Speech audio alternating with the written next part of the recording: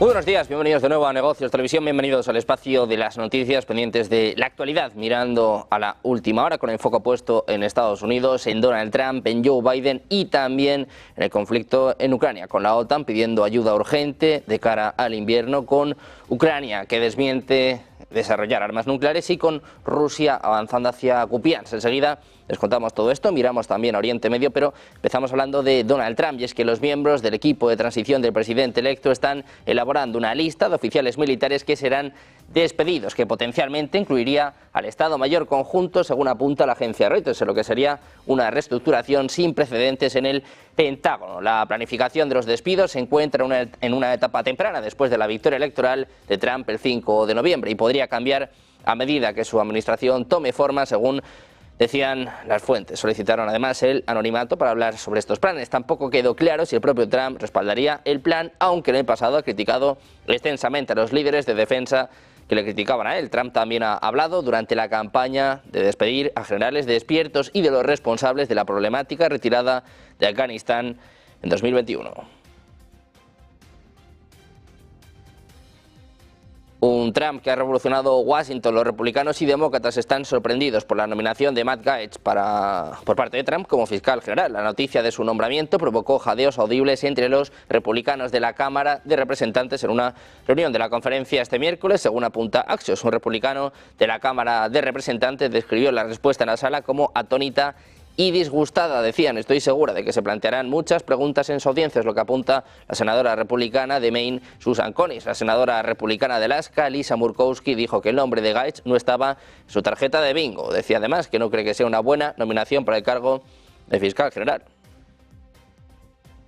Precisamente un Trump que ha elegido a Tulsi Gabbard, es congresista demócrata de Hawái, como directora de inteligencia nacional en su segunda administración. Gabbard es conocida por sus opiniones prorrusas, que incluyen culpar a la OTAN y a la administración de Joe Biden por el conflicto en Ucrania. También ha afirmado que el dictador sirio Bashar al-Assad no es un enemigo de Estados Unidos. Gabbard se presentó a las primarias presidenciales en 2020 desde la extrema izquierda del partido, pero desde entonces abrazó a Trump y a los republicanos. Decía el propio Trump: sé que Tulsi aportará a nuestra comunidad de inteligencia el espíritu intrépido que ha definido su ilustre carrera, defendiendo nuestros derechos constitucionales y asegurando la paz a través de la fuerza.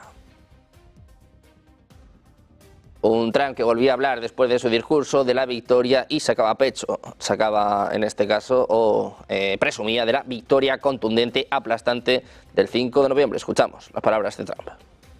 Nice to win. It's nice to win. It's always nice to win. A lot of good friends in this room. So you know we had like historic kind of numbers, especially for the president, but we won't get into that. But the House did very well, and I think we're responsible for 31, helping you with 31, meaning we could have lost by quite a bit, and we ended up, I guess you'll be 5 up. Are you looking at 5 or 4? 5 or 4, right? Doesn't matter. We get used to 1 for a little while.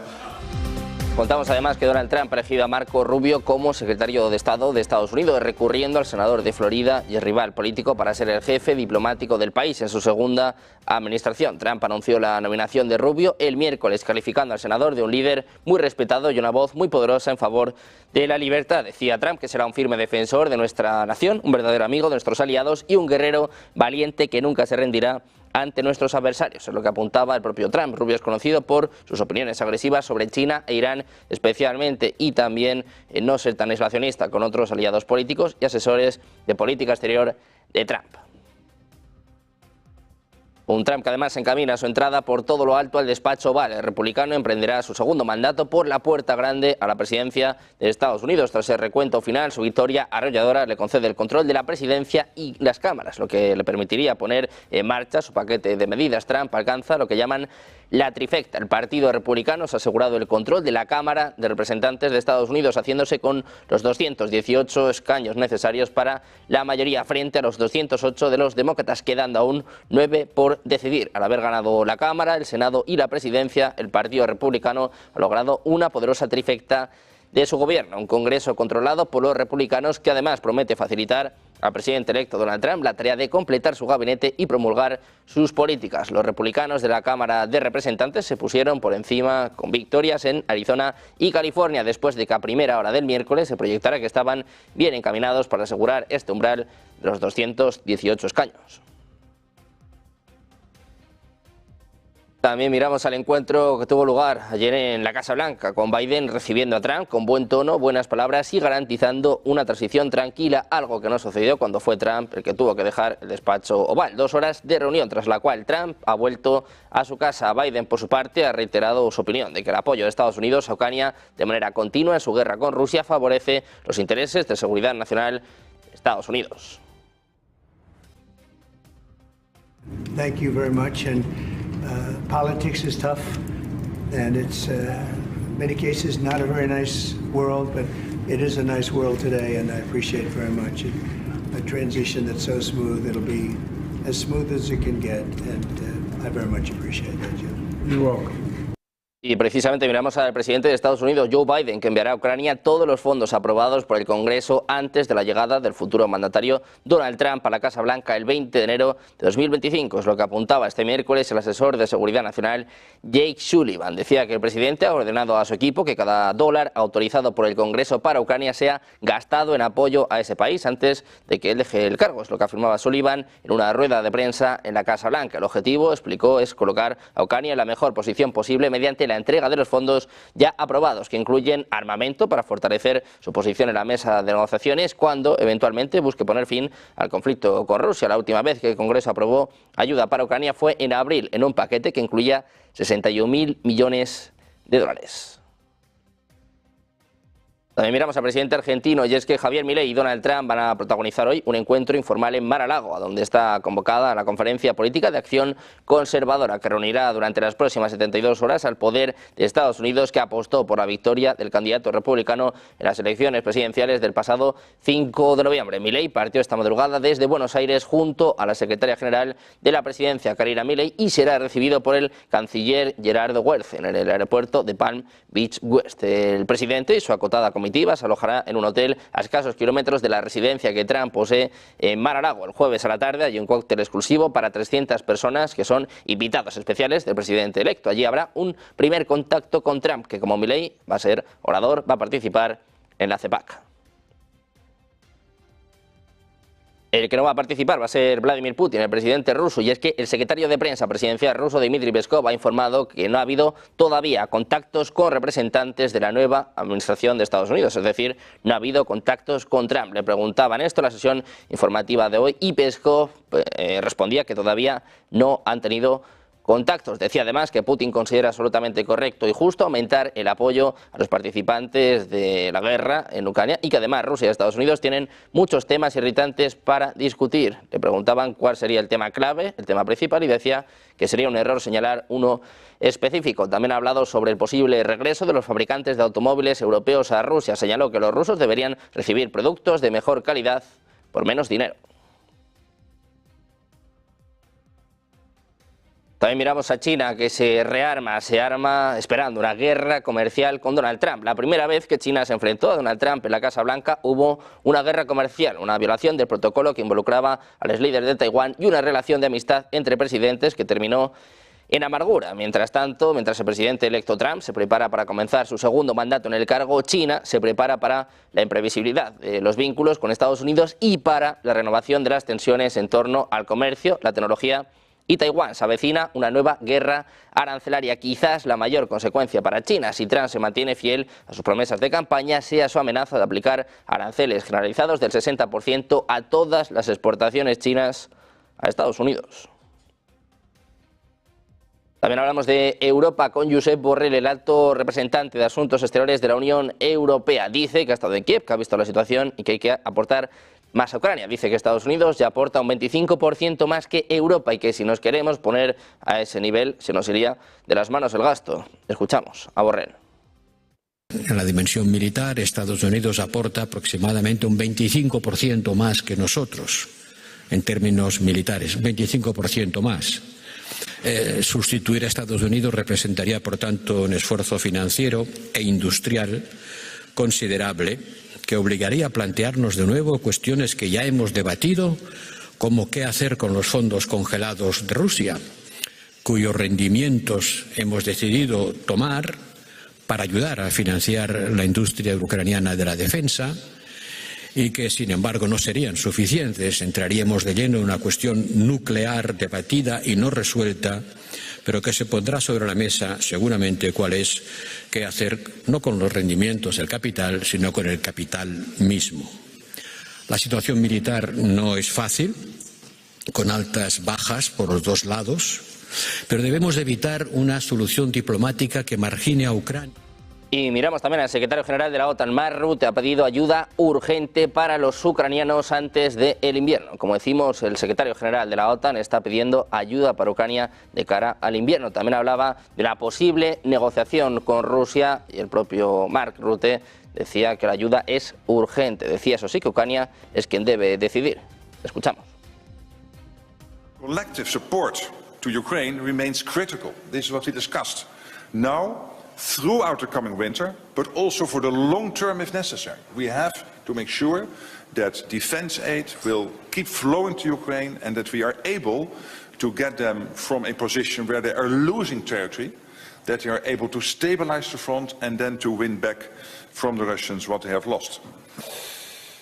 The war has taken a dangerous new turn with North Korean troops now being deployed to Russia. And this is not for free. Putin, our friend in Moscow, he is paying for this.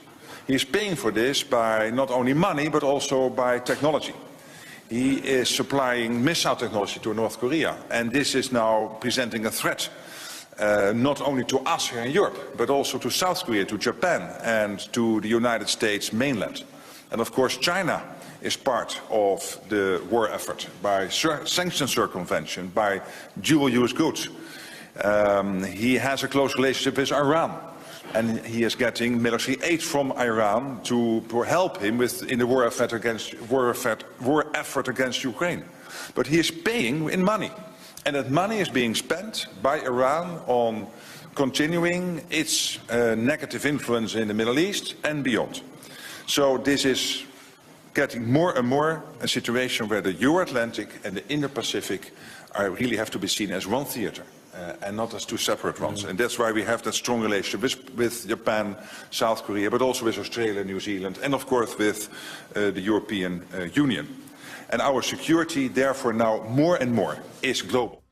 Precisamente el propio Rutte decía que hay que asegurarse de que Ucrania gane y que Putin no triunfe allí. Decía que Ucrania necesita ayuda urgente. Una vez más ha afirmado que Rusia destruiría el sistema energético ucraniano y pidió que se proporcione a Ucrania tantas armas como sea posible, especialmente de misiles de defensa aérea. Cree que esto garantizará la victoria de Ucrania como país independiente y soberano. Rutte también advirtió una vez más a los países de la OTAN que tendrían que gastar significativamente más del 2% del PIB en defensa para apoyar a Ucrania y la seguridad de la OTAN.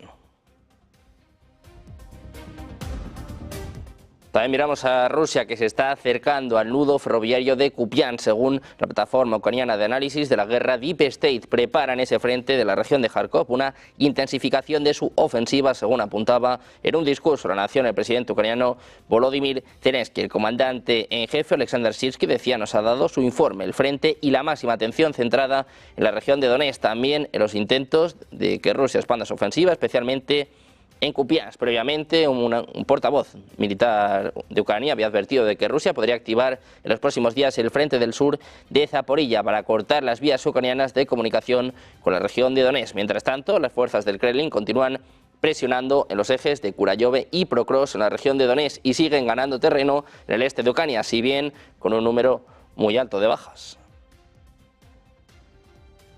Ucrania, que por cierto ha discutido con Estados Unidos, con Antony Blinken en las últimas horas, ataques más profundos en el interior de Rusia. Son optimistas. Hacemos una pausa, 2 minutos, se lo contamos en Negocios Televisión.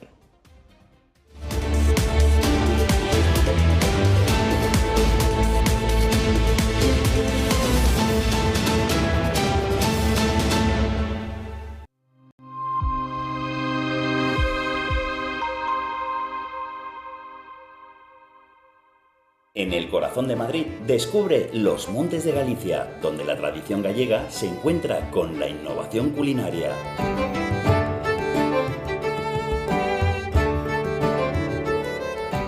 Saborea nuestros mariscos frescos, carnes jugosas y postres caseros.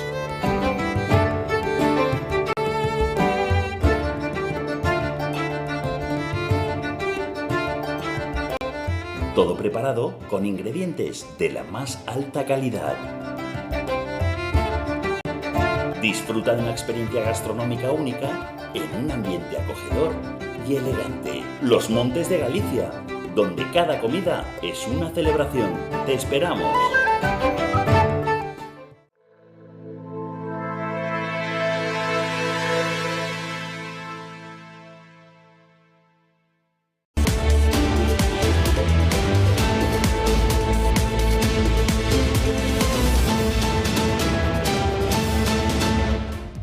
Seguimos en Negocios Televisión, pendientes del conflicto ucraniano, mirando al ministro de Asuntos Exteriores de Ucrania, Andrei Sybiha. Ha dicho este miércoles que estaba cautamente optimista después de discutir con el secretario de Estado de Estados Unidos, Antony Blinken, la opción de realizar ataques profundos contra Rusia, así como la integración euroatlántica. Kiev lleva mucho tiempo presionando a sus aliados occidentales para que permitan ataques de largo alcance contra objetivos militares dentro de Rusia, al tiempo que presiona para que le inviten a unirse a la OTAN. Los aliados, incluso Estados Unidos, nos han mostrado dispuestos a permitir ataques de largo alcance por temor a una mayor escalada del conflicto, y algunos se oponen a invitar a Ucrania a unirse a la OTAN. Sybiha, en declaraciones televisadas, ha dicho que han hablado de cuestiones como los ataques de largo alcance y la integración euroatlántica. Decía literalmente, en ambos aspectos somos cautelosamente optimistas.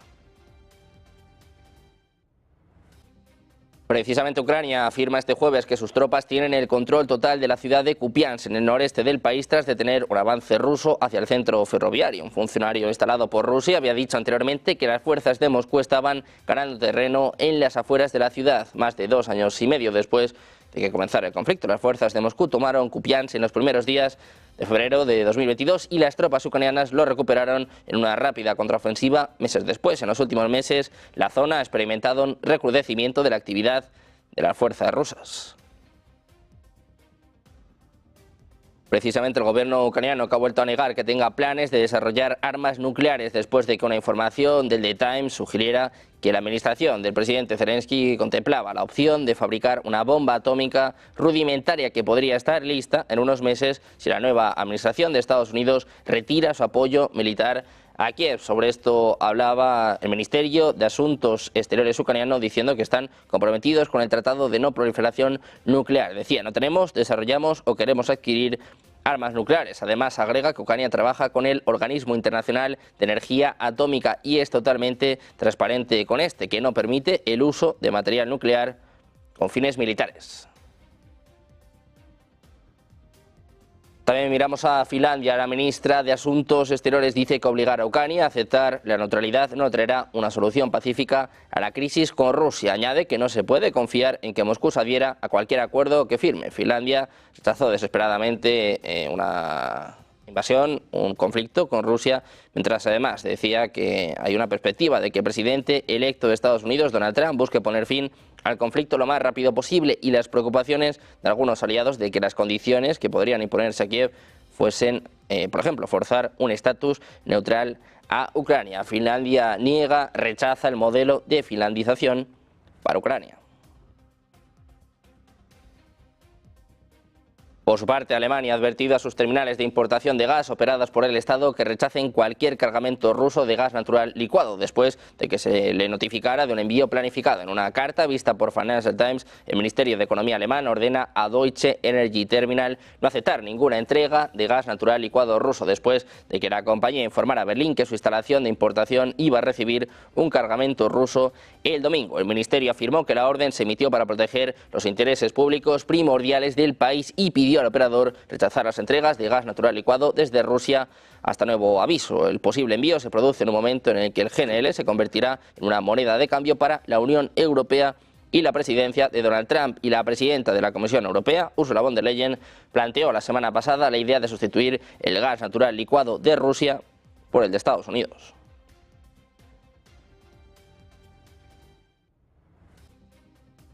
Miramos también a Irán. A declaraciones del ministro de Asuntos Exteriores Abbas Araghchi. Ha dicho este jueves que está dispuesto a mantener conversaciones nucleares con la Unión Europea y los gobiernos de Francia, Alemania y Reino Unido, pero no bajo presión e intimidación, subrayando que la pelota estaba en el tejado de Europa. Hoy Araghchi se ha reunido con el director general del Organismo Internacional de Energía Atómica, Rafael Grossi, para hablar sobre el programa de energía nuclear de Irán. Ha calificado la reunión de importante y sencilla, añadiendo que su país nunca ha abandonado la mesa de negociaciones sobre su programa nuclear pacífico.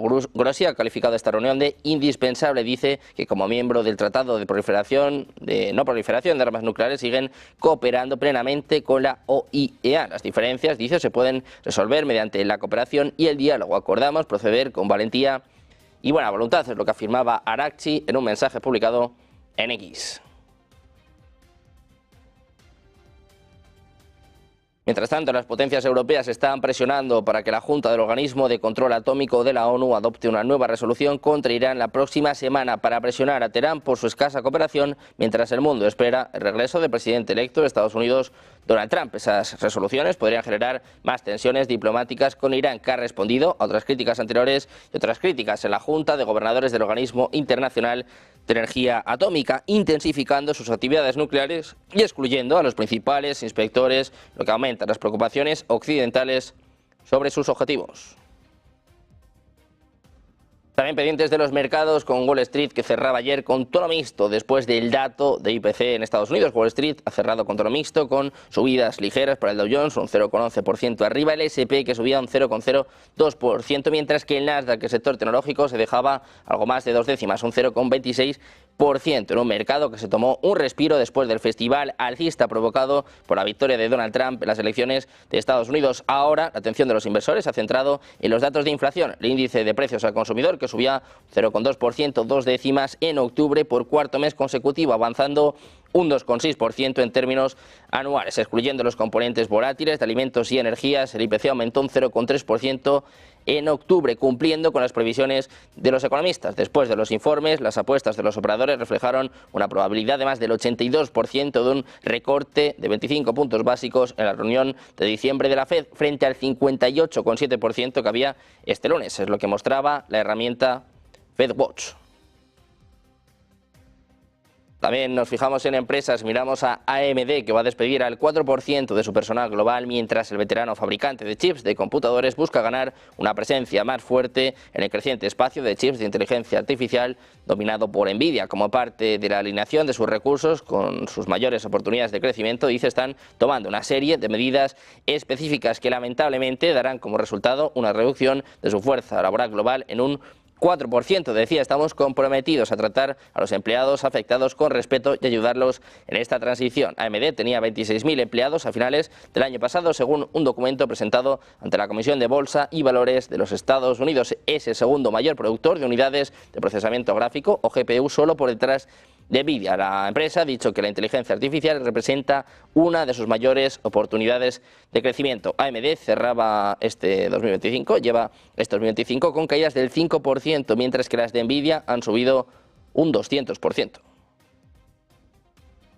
Miramos también a Bitcoin, que sigue disparado después de la victoria de Donald Trump y rompe una nueva barrera, se acerca a los $100.000. De momento ya ha roto los 93.000, una jornada de menos a más en la que Bitcoin superaba por primera vez los 90.000 y llegaba a los 93.434 dólares. Este es el nuevo máximo histórico y, como ven, ligeras correcciones, cerca de los 91.000 en una semana marcada por la victoria de Donald Trump y con el impacto que está teniendo en el mercado cripto. Por ejemplo, también subía alguna altcoin, como es el caso de Doge, muy influenciada por el papel que Elon Musk va a tener en esta oficina de eficiencia gubernamental, que precisamente tiene las siglas de la meme coin por excelencia. Hablamos también del Banco Sabadell, y es que BNP Paribas ha aflorado una participación del 1,106% en el capital de Banco Sabadell, según los registros de la Comisión Nacional de Mercado de Valores, en un contexto marcado por la OPA que BBVA quiere lanzar sobre la entidad catalana. Si bien se ha notificado este miércoles, la posición se alcanzó el pasado 7 de noviembre, es decir, antes de conocerse la decisión de la Comisión Nacional de los Mercados y de la Competencia de pasar la operación a un análisis de mayor profundidad en fase 2. Pendientes de todas las claves de Wall Street después del dato de IPC. Hoy conoceremos precios al productor IPP a eso de las 2:30, mirando al tono mixto, mirando el impacto de la victoria de Donald Trump. Enseguida, todas las claves. Enseguida comenzamos Ponte en Acción de la mano de Eva Villanueva.